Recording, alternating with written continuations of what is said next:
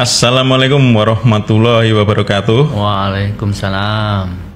Selamat pagi kawan pajak semua. Bertemu kembali kita di podcast KPP Pratama Jakarta Fluid. Podcast kita semua di kemasan teks on air KPP Pratama Jakarta Fluid yang selalu memberikan informasi terkini terkait perpajakan ya tentunya. Nah, pada podcast kita di pagi hari ini kita akan mencoba untuk menginformasikan hal-hal terkait SPT tahunan pajak penghasilan ya, yang dimana ini kita tekankan di orang pribadi karena sudah mepet ya Mas ya waktunya. Tinggal minggu depan aja sepertinya sebelum ada libur panjang. Nah, bahwa kita semua sudah tahu ya batas waktu laporan SPT tahunan untuk PPh orang pribadi adalah 31 Maret 2025 gitu. Nah, untuk membahas lebih lanjut, saya sudah ditemani oleh narasumber senior kita ya. Ini orang yang paling dihormati ini di dunia penyuluhan ini. Langsung saja dengan Mas Hendra.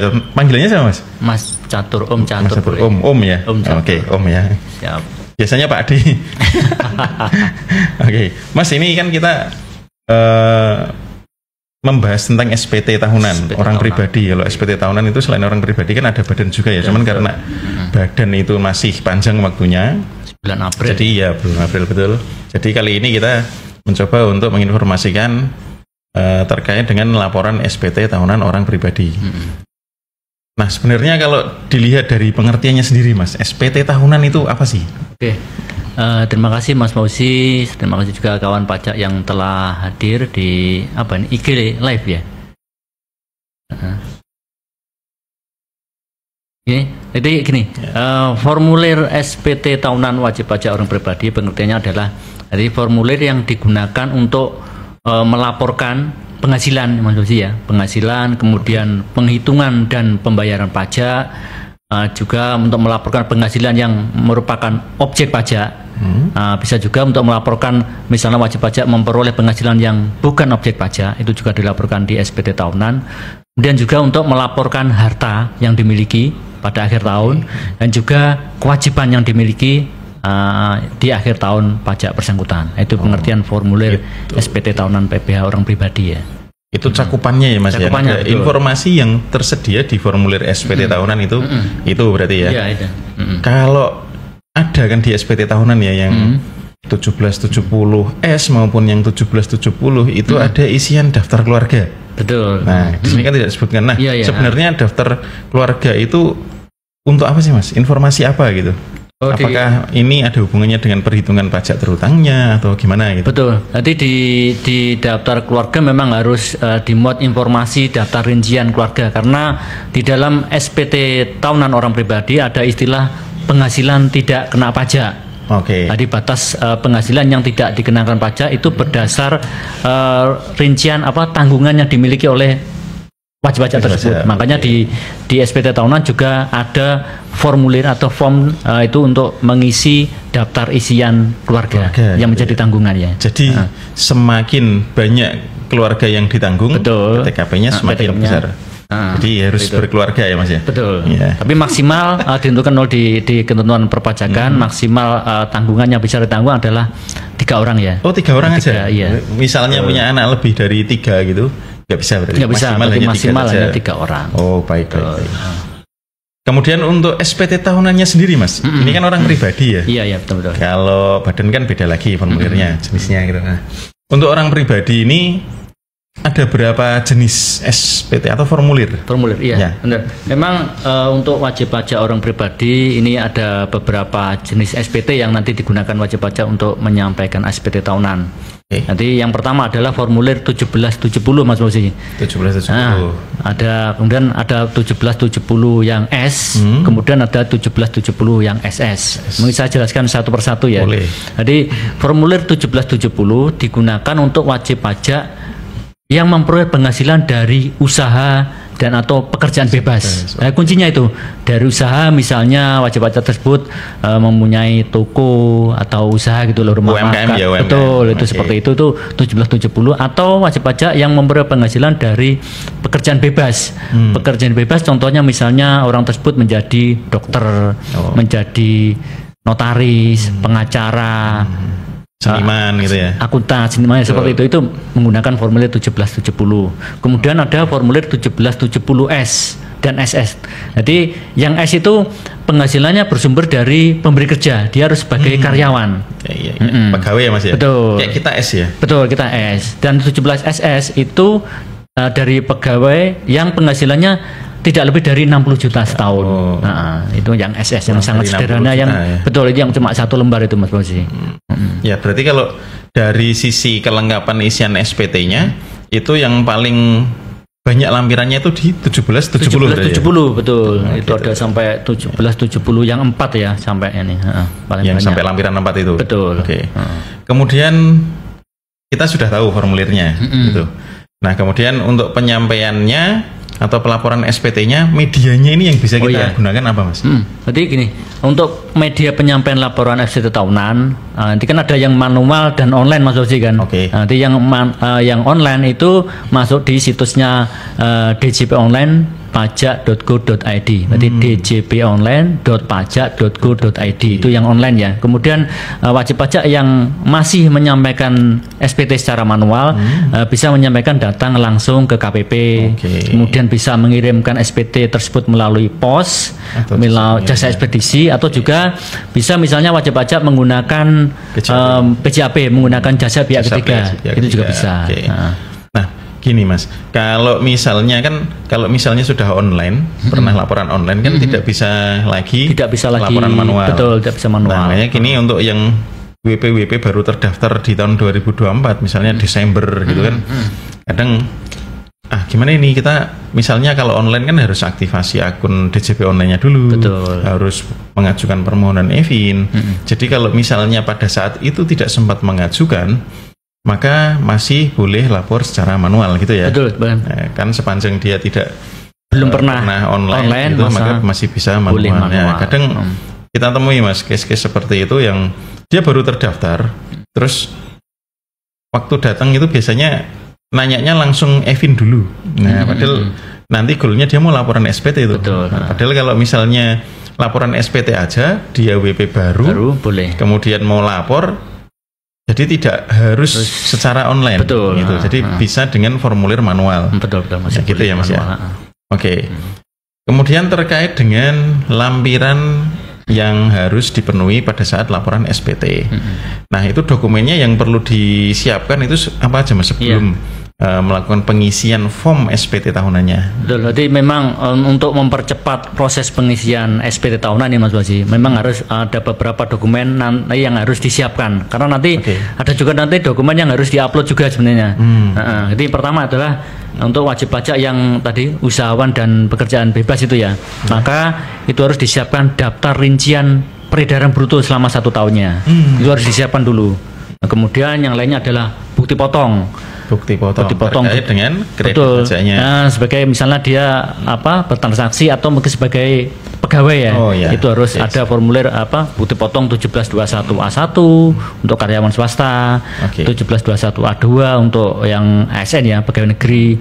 Kemudian juga misalnya bukti potong lainnya, misalnya dia transaksi dengan pihak ketiga. Itu harus disiapkan. Kemudian juga adalah daftar harta. Ini yang penting ya. Kalau misalnya wajib pajak tersebut hartanya banyak gitu ya, sampai di list dulu, makanya harus disiapkan dulu. Kecuali kalau hartanya cuma 1-2 gitu ya nggak usah. Kemudian cukup diingat-ingat aja. Kemudian yang berikutnya adalah daftar hutang. Ini juga penting karena wajib pajak ada juga yang misalnya mempunyai hutang yang banyak, itu harus juga disiapkan. Kemudian adalah itu tadi yang di awal kita singgung, daftar tanggungan tadi. Nah, itu harus disiapkan juga daftar keluarganya. Mungkin bisa menyiapkan kartu keluarganya Mas Fauzi. Itu untuk perhitungan PTKP-nya tadi ya. Terus gini Mas, kalau daftar rincian peredaran bruto itu kan sebenarnya di formulir tambahan SPT-nya sudah ada. Ada. Apakah wajib pajak kemudian harus membuat dengan format bebas gitu sesuai dengan yang dibuat wajib pajak gitu sebagai laporan atas omset atau peredaran brutonya. Betul. Sebenarnya sih sudah diatur ya, misalnya itu hanya panduan saja sih bentuknya seperti itu, tapi misalnya wajib pajak membuat sendiri di Excel itu juga tidak apa-apa, yang penting datanya itu informatif, misalnya bulan, terus kemudian ini atas omsetnya mana, nilainya berapa, kemudian ada PBH-nya yang di store berapa. Betul. Jadi itu. kalau misalnya punya NPWP cabang gitu nanti disebutkan juga omset cabangnya gitu ya. Cabang di mana omset gitu. cabang gitu ya. Oke, itu yang pertama terkait dengan daftar rincian peredaran bruto. Kemudian kalau bukti potong ini yang bisa dikreditkan Mas ya. Betul, kan ada bukti potong yang tidak dapat dikreditkan, misalnya seperti PPh final. Gitu. Nah, kalau misalnya bukti potong tidak dapat dikreditkan, misalnya dari penghasilan atas sewa tanah bangunan, itu ada tersendiri di lampiran SPT-nya ya? Ada formulirnya sendiri. Kalau misalnya di 1770 itu di formulir 1770 yang 3 Mas Uji. Lampiran 3. Lampiran 3 itu ada. Itu misalnya wajib pajak pernah transaksi misalnya dipotong atas tadi penghasilan sewa tanah bangunan atau mungkin transaksi lainnya, saham macam-macam itu ada, sudah disediakan di situ. Di lampiran tersendiri. Betul. Ya. Jadi bagian dari lampiran di formulir SPT-nya.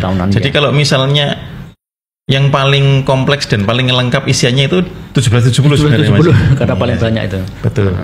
Kalau yang S sama SS lebih sederhana ya. Gitu. Oke.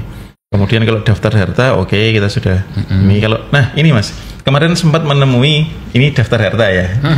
Jadi ada WP hartanya itu misalnya tanah bangunan semua. Jadi punya banyak sekali gitu. Di rincian per objeknya itu dia megang listnya sendiri, tapi yang dilaporkan itu dia jadi satu Mas, diakumulasi gitu. Misalnya mobilnya 5, masing-masing misalnya 200 juta, kan 1M ya nilainya. Jadi di situ dilaporkan mobil 5 gitu, 1M gitu. Kan harusnya tidak seperti itu ya. Nah ya, jadi ini perlu menjadi perhatian kita juga bahwa yang dilaporkan itu bukan merupakan akumulasi ya, betul, data akumulatif. Betul. Jadi kalau misalnya rumahnya ada 5 ya bikin 5 inputan gitu. 5 inputan data. Mobil ada 10 bikin 10 inputan. Jangan mobil nanti keterangannya 10 mobil gitu. Karena nanti gini Mas Uci, ya ini kan SPT ini kan informasinya harus benar, jelas dan lengkap gitu ya. Itu kan kalau diakumulasi seperti itu kan jadi informasinya kurang jelas nanti. Kita jadi tidak mengetahui nilai per masing-masing harta itu berapa ya, masing-masing hartanya berapa seperti itu. Nah, ini nanti pentingnya untuk gini Mas Uci, misalnya tadi yang kalau tidak dirinci misalnya wajib pajak tersebut, ini kan kejadian wajib pajak yang misalnya meninggal dunia itu loh. Untuk pengajuan surat keterangan bebas pengaliannya. Nah, itu kalau informasinya tuh hanya gelondong akumulasi seperti itu, ya kita tidak bisa mendapatkan menyimpulkan. Betul. Jadi apakah harta tersebut sudah dilaporkan atau belum? Peneliti jadinya gampang gitu ya. Ini kok hartanya jadi satu, terus tidak ada informasi misalnya kalau mobil ya nomor plat itu, atau kalau rumah nggak ada informasi NOP-nya atau nomor sertifikat dokumen kepemilikannya gitu kan agak susah, akhirnya tolak. Sering kita tolak permohonan seperti itu. Iya gitu. Oke. Untuk ini Mas, ini yang kita berbicara laporan online ya, karena sekarang kan yang banyak online sekarang. Nah terkait dengan alurnya, kalau misalnya kita mau laporan SPT secara online itu boleh dijelaskan. Jadi gimana kalau lewat DJP online itu? Lewat DJP online. Kalau manual sih tinggal datang isi formulir manual, kalau gitu beres. Ini untuk step-step yang online wajib pajak yang misalnya melakukan pelaporan secara online. Pertama yaitu tadi kan kita harus masuk login di DJP online pajak.go.id ya. Ya betul. Setelah login berhasil masuk, maka itu ada tampilan menu, kita pilih yang lapor. Nah, yang lapor, kemudian setelah kita klik lapor, maka di situ kita ada 2 pilihan Mas Osi, pakai e-form yang untuk 770 atau bisa juga Bapak Ibu mulai yang e-filing ya. Nah, setelah masuk ke situ, maka ada menu buat SPT. Buat SPT. Di situ ada beberapa pertanyaan Mas Osi. Nah, apakah Anda punya usaha atau tidak? Apakah menjalankan terpisah di atas 60? Betul. Nah, itu diisi seperti itu. Setelah itu akan selanjutnya adalah pilih tahun pajak Mas Osi. Nah, setelah menjawab pertanyaan tadi, pilih tahun pajak, kemudian kita isi formulirnya. Setelah mengisi formulir, saat untuk yang e-form karena ini berbeda ya, nanti formulirnya itu bentuknya PDF Mas Fauzi. Oke. Nah, saat terunduh file PDF tersebut maka kode token untuk mengirim SPT itu langsung otomatis. Kode verifikasinya ya. Betul, kode verifikasinya itu langsung otomatis ke email ya. Nah, ada di email. Nah, untuk yang 1770S dan SS yang e-filing, maka saat kode token diterimanya itu saat dia meminta. Nanti saat mau mengirim itu ada permintaan kode verifikasi, nanti ada 2 pilihan, dikirim ke email atau lewat nomor HP. Nah, seperti itu. Nah, nanti dicek di email atau nomor HP, ada kode verifikasi, maka langkah berikutnya adalah tinggal kirim SPT dan nanti wajib pajak akan mendapatkan tanda terima. Ke email lagi ya? Betul. Atau ke akun DJP online-nya? Ada DJP online juga ada. Mas. Kita dari login dulu. Betul. Nah, sebelum login ini kan ada hal-hal yang harus kita punyai dulu gitu. Misalnya kalau login kan berarti harus aktivasi akun DJP online-nya dulu. Betul. Nah, untuk aktivasi itu yang harus kita miliki itu apa dulu? Nah, ini harus yang pertama misalnya belum punya pertama ya, atau mungkin bisa juga kadang wajib pajak ini kan lupa passwordnya, itu yang sering kejadian sekali, nggak disimpan gitu passwordnya. Maka yang pertama harus mempunyai EVIN Mas. Oke. Nah, EVIN ini juga sama, wajib pajak juga kadang-kadang tidak menyimpan EVIN-nya di mana, akhirnya meminta EVIN lagi, ulang lagi ya seperti itu. Nah, berarti EVIN ya pertama. Jadi EVIN itu selain untuk merubah password, tapi yang pertama kali itu sebenarnya harus didaftarkan dulu kan ya, sudah terdaftarkan dulu, kemudian diaktifasi. Betul. Nah, setelah aktivasi, baru nanti kita set password. Kalau misalnya lupa passwordnya diganti dengan EVIN. Betul, itu untuk yang baru terdaftar ya. Betul. Nah, daftar itu yang dari login akun DJP online-nya dulu. Nah, kemudian untuk pelaporan yang e-form dan e-filing. Kalau e-filing kan yang S sama SS Mas ya. Nah, ini biasanya yang terjadi kalau misalnya baru terdaftar ya, kadang kan juga kita awam gitu. Pada saat terdownload file PDF-nya itu kan kadang langsung double klik. Oh iya, nah, jadi ada yang bisa terbuka, ada yang hanya tulisan aja ya. Betul. Itu gimana Mas supaya bisa terbuka dan bisa mengisi formulir SPT-nya? Nanti khusus untuk e-form yang bentuknya PDF Bapak Ibu ya, itu memang setelah kita tadi terunduh gitu ya, filenya itu ada form PDF, maka itu cara membukanya adalah jangan klik 2 kali Mas Fauzi. Nanti harus diklik kanan open with dengan gitu Adobe Acrobat Reader gitu ya. Nah, dan dipastikan memang di laptopnya Bapak Ibu itu sudah ada aplikasi Adobe Reader itu. Tidak bisa dibuka dengan aplikasi pembuka PDF lainnya. Ya, kadang kan settingannya berbeda tuh. Double klik dia akan lari ke yang sudah tersetting di propertiesnya gitu ya. Jadi paling aman memang pakainya yang Adobe. Ya memang itu yang disarankan ya, yang dipakai itu gitu. Nah, jadi begitu Bapak Ibu ya. Sebelum membuka formulir SPT-nya, kalau lapornya pakai e-form, dipastikan dulu komputer atau laptopnya sudah terinstall aplikasi Adobe Reader DC gitu ya. Oke. Kemudian pada saat pembuatan SPT-nya Mas, jadi kan ada pemilihan tahun pajak. Nah, di bawah itu kan kadang BP suka bertanya-tanya gitu. Oh, ini normal, itu maksudnya apa? Pembetulan itu maksudnya gimana? Kadang angkanya ada yang diganti-ganti juga gitu. Jadi itu gimana? Nah, berarti status SPT itu kan ada normal dan pembetulan maksudnya sih ya. Betul. Jadi normal itu adalah SPT yang baru pertama kali disampaikan. Oke. Betul, dia akan otomatis terisi 0. Akan otomatis terisi 0. Kemudian misalnya wajib pajak melakukan pembetulan, misalnya SPT yang normal pertama tadi misalnya dirasa ada yang salah atau mungkin kurang lengkap, wajib pajak bisa melakukan pembetulan SPT. Nah, saat buat SPT, maka itu otomatis dia akan lari ke pembetulan. Itu pembetulannya menjadi terisi 1. Itu otomatis dia. Sistem akan membaca. Jadi yang angka itu 1, 0 itu sebenarnya jangan diutak-atik jangan diubah, jangan diutak-atik. Dibiarkan saja seperti itu. Iya. Jadi kalau diganti malah nanti ada error-errornya apa kita akan tertolak nanti. Betul. Nah, kemudian pada saat pengisian formulir itu oke lah. Itu kan ada step-stepnya masih ada selanjutnya, ada sebelumnya. Dan biasanya pada saat mengisi itu kalau misalnya ada isian yang belum kita isi, itu nanti akan ada tandanya ya biasanya, warna merah gitu ya. Merah, betul. Nah, dan ada kalau misalnya ada karakter-karakter yang tidak diperkenankan di isian SPT-nya, nanti akan error di akhir pelaporan pada Betul. saat submit biasanya gitu ya. Itu yang kita agak susah nyarinya sebenarnya. Iya. Jadi memang saat untuk submit terakhir pastikan bahwa memang Sudah tidak ada terisi. kolom yang berwarna merah. Betul. Kemudian jangan ada karakter-karakter yang misalnya ini seringnya membuat ini Mas Bosi, di putih potong. Betul. Nah, di lawan trasenya itu kan kadang-kadang ada alamat ya. Nah, alamatnya itu kadang-kadang wajib baca itu Strip, di gitu. strip tanda apa ya? Tanda Pokoknya petik 2. betul. Seperti itu dihindari Bapak Ibu ya. Jadi lempeng aja gitu. lempeng aja, nggak usah ada. Tanpa tanda baca. Iya, nggak usah tanda baca nggak apa-apa. Oke. Itu untuk nah, kemudian kalau misalnya kode verifikasi Mas ya, ini kita berikutnya ya, kode verifikasi untuk pengiriman SPT.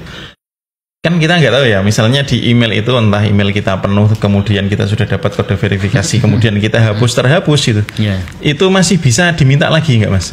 Bisa, berarti kode verifikasi masih bisa diminta ulang. Berarti hanya misalnya Bapak Ibu tadi pas buat SPT tadi ya. Betul. Itu tinggal pilih yang kirim token itu ya. Kirim token saja Iya, ya, token bukan saja, iya.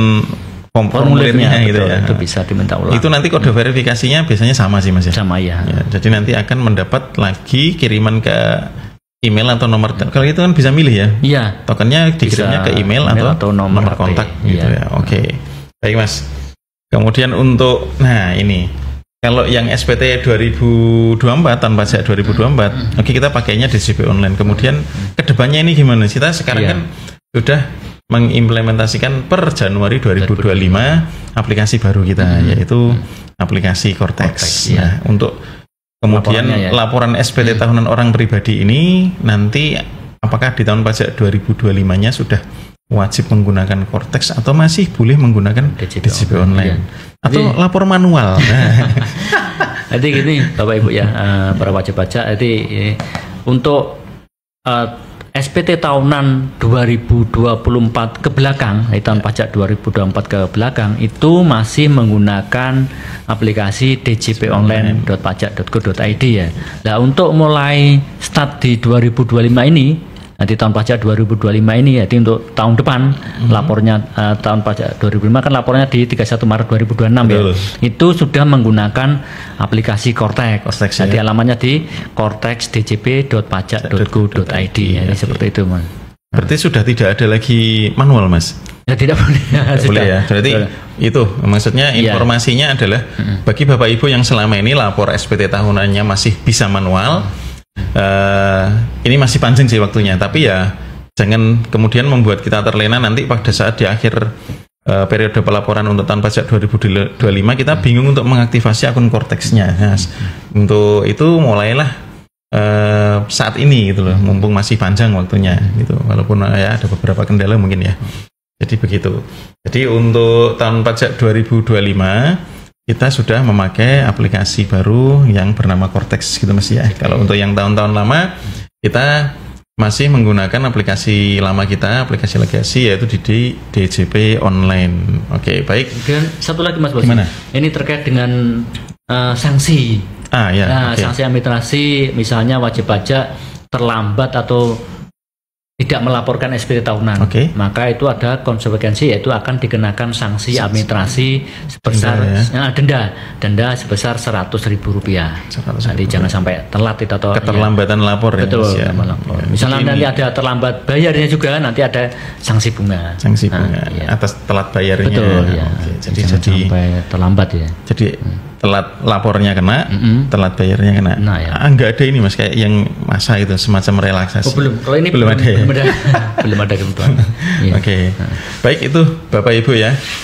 Informasi terkini terkait dengan laporan SPT tahunan orang pribadi ya, terutama pada pagi hari ini yang dapat kami informasikan. Mudah-mudahan informasi ini bisa berguna bagi kita, bisa memperluas wawasan dan informasi kita, dan kemudian kami minta bantuan juga untuk menginformasikan kepada orang-orang terdekat kita, teman kita, saudara kita yang ada kewajiban laporan SPT tahunan.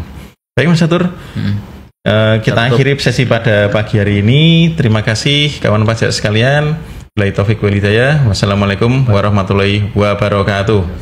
Pajak kuat, Indonesia maju.